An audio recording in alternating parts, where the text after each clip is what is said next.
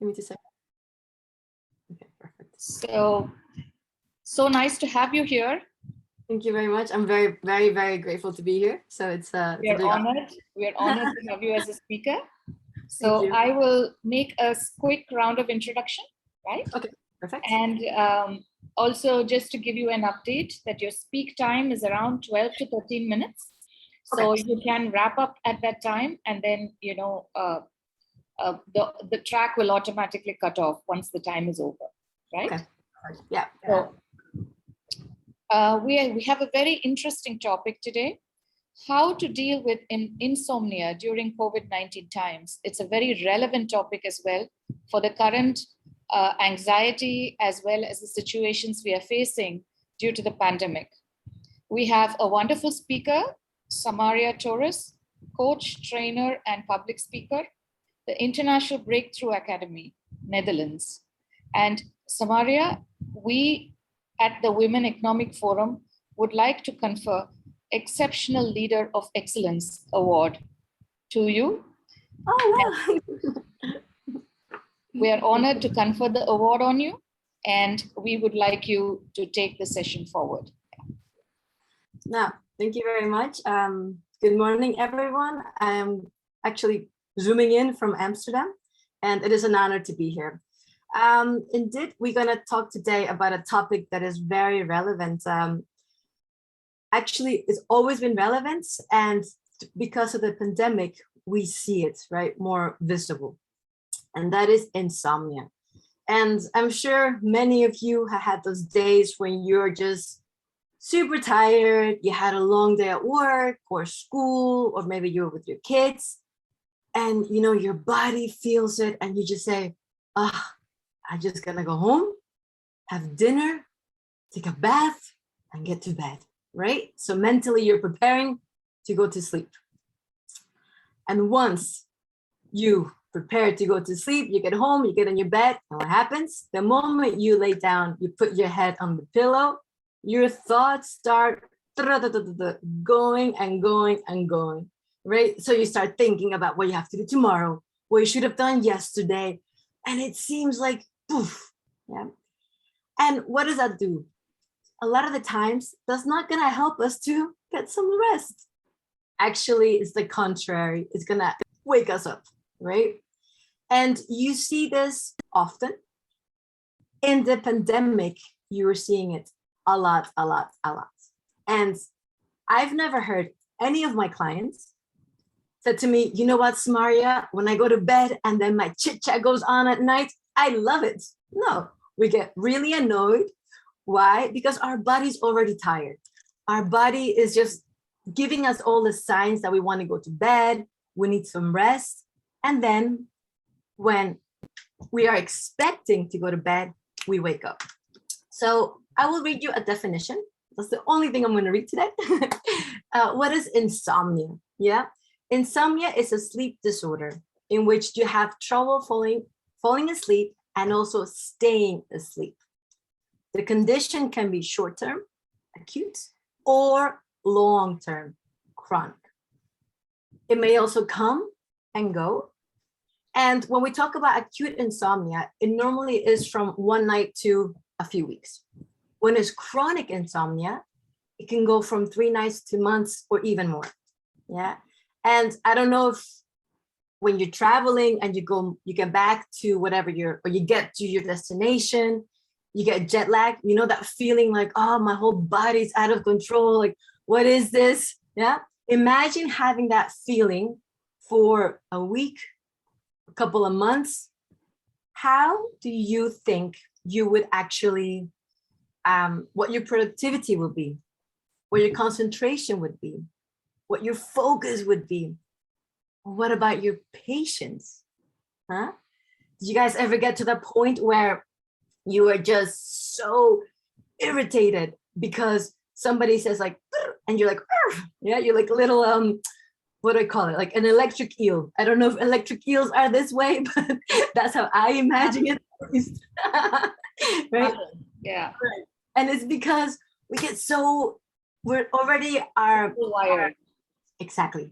Our nervous system is so irritated we are over our threshold of patience, that we're just like, oh, right? And that is not going to help you nor anybody around you. So when we talk about insomnia, what is the number one cause of insomnia? If you would think what it would be, hopefully, maybe, I don't know, but the number one cause of insomnia is stress. And stress has gotten a really bad name, right? Let me give you something positive about stress. Stress can be positive, right? Stress can be positive when it's lived or experienced in a short amount of time. Like, for example, if you have a match or a test, or you have to do a presentation, you get that rush of adrenaline and you're like, yes, let's do it. That's good. That's healthy. What happens when the stress comes for a longer period of times, right? And why does, oh, my cat wanted to say hi. This is my cat. She's part of it. What's she called? She's called Chifis. So I think she's I named her after a Mexican pepper. I think she's the most zen cat. She knows everything when I give my coaching sessions. So when do we get stress? Stress occurs when something major happens, right? So for example, when a big change in your normal day occurs, maybe you get divorced, or an accident happened, or maybe something like a pandemic, right? Nobody expected this uncertainty. And what I always say, a lot of us would like to have things that are constant, right? Because we are human beings of habits, right? We kind of like wake up, we know what we're going to do. What happens when things don't go how we want them to go, or when suddenly we wake up and the whole world is in pause, because of this pandemic? That's a big event, right? And then everything that we're used to, right? Our normal life gets put on hold. Disrupted. Right. What do? Our body is not going to know what to do, right? So uncertainty will cause stress. And the key here is how do you deal with uncertainty, right? Because why I always say the one thing that is certain in life is that everything is uncertain, because even the weather, right? We don't even know if it's going to be sunny or rainy. It's going to happen. Yet, how we respond to those situations, that is key. So stress, and I'll get back to stress. How do we deal with stress? It's a big cause of insomnia. Another thing, where do you sleep? Do you fall asleep with your cell phone on, with your iPad, with your computer on, right? Our bodies are just absolutely amazing. They're made to really give us signals to say, hey, you know what, Samaria, you're tired. It's time to put the lights down and go to sleep. And you will also see that, for example, I like to observe, and I observe my cat sometimes. I'm just amazed. Like, she goes to bed at a certain time when it gets dark. She's a bit of a different kind of cat, I guess, because cats are nocturnal. She goes to bed at 10. She wakes up. She has her rhythm. The same way that animals have rhythms, we also have our own rhythm. So what we do most of the time is that we go to work, we get full of the digital distraction, digital noise. So our head is already full. We deal with things that happen in the day, with our families, with our neighbors, with ourselves, because how we talk to ourselves is also interesting. And then we just get our head full of things. Yeah. And then what do we do at night? We open up our screen and we go to bed. That light, that blue light, what it's doing is actually telling our bodies, wake up, right?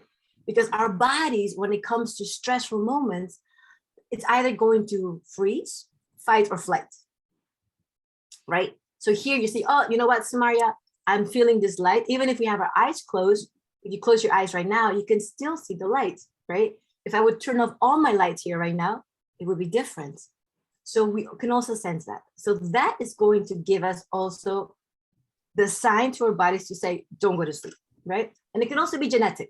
Let's not undermine that insomnia could also be genetic and does run in families.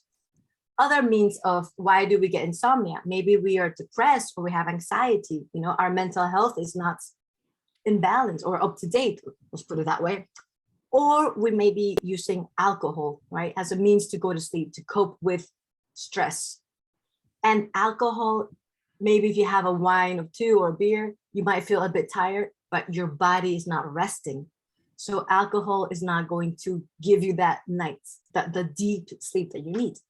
Other things could be allergies, pregnancy, a lot of things, right? So this is what causes insomnia.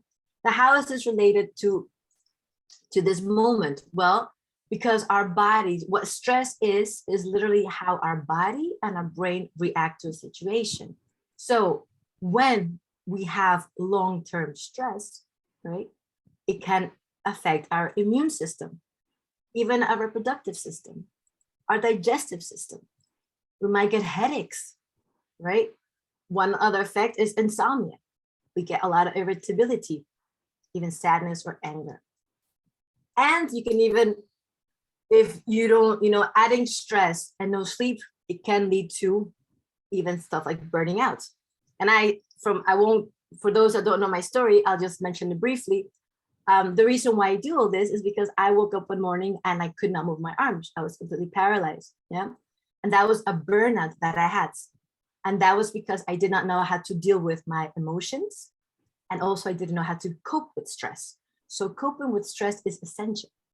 I am now pain-free, and I teach all my clients the tools to deal with stress and emotions.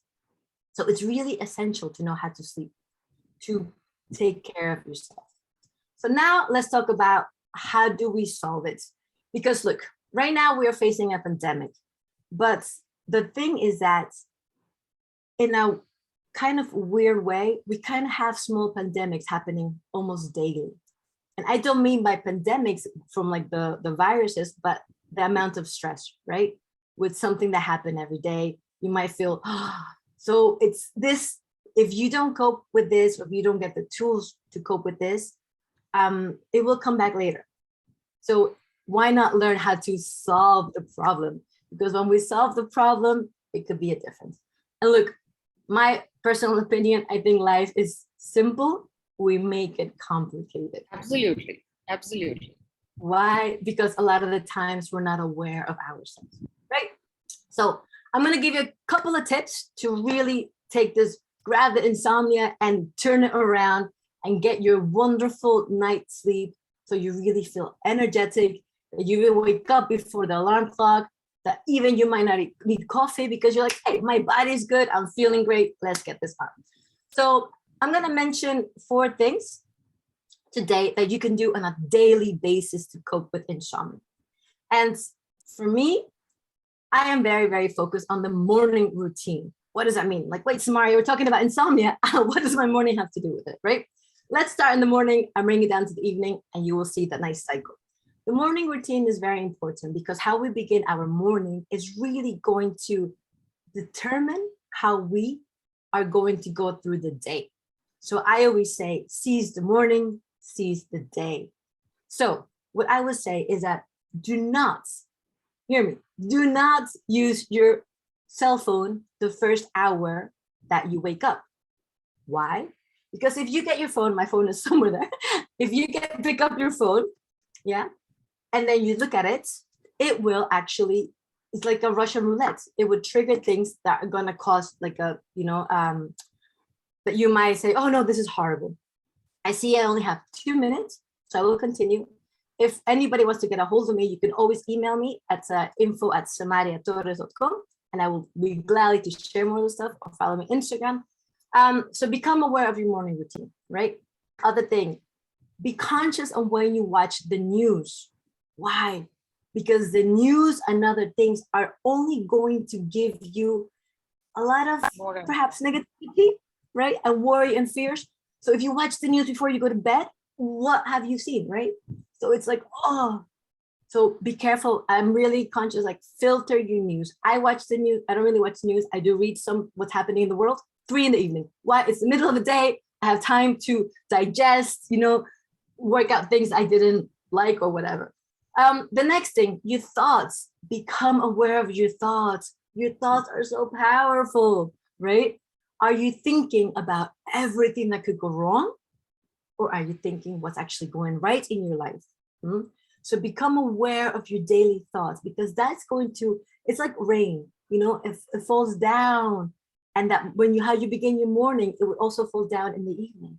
And I So also believe in creative visualization. So if you're thinking something positive, then you're going to go through the day positive rather than thinking something negative, which is going to impact your day. Yeah. And that impacts also at a physiological level. So it goes down to our cells, to our DNA, epigenetics. It's all about that in one aspect or another. And the last thing that I want to finish with is your evening routine. So I normally, finish my day. I take 1 hour. What do? Make your room your sleeping holy place. No screens, put some candles on, maybe some lavender oil. Have a routine. Like, I love taking a shower in the evening. It just relaxes me. Do not go on social media. If you're going to read something, don't start reading something that's gonna Einstein's theory of relativity, right? Watch something that maybe you don't have to think about, something funny. Like you said, Dr. Rajashri, finish your day with something positive. So I love to watch something that's gonna make me feel good. Gratitude. Get your gratitude journal. What are you thankful for, right? Waking up is a blessing. So what am I grateful for? Write that down. And I work a lot with affirmations. So I tell myself, I have my set of affirmations, which are getting longer every day, like I have. Always set the affirmations in the present time, right? Perhaps you're not there yet, but when you tell yourself, you have it up. And so then Maria, I think we have to wind up now. So it was a pleasure to have you here. My pleasure. And wonderful to hear about insomnia and the tips that you're giving us. And I agree and resonate with most of them. So we would like to confer the award of Exceptional Leader of Excellence to you. And we hope to hear from you more, right? Definitely. Yes. And we hope that you can heal the world a little bit more. Yes. Together we'll do it.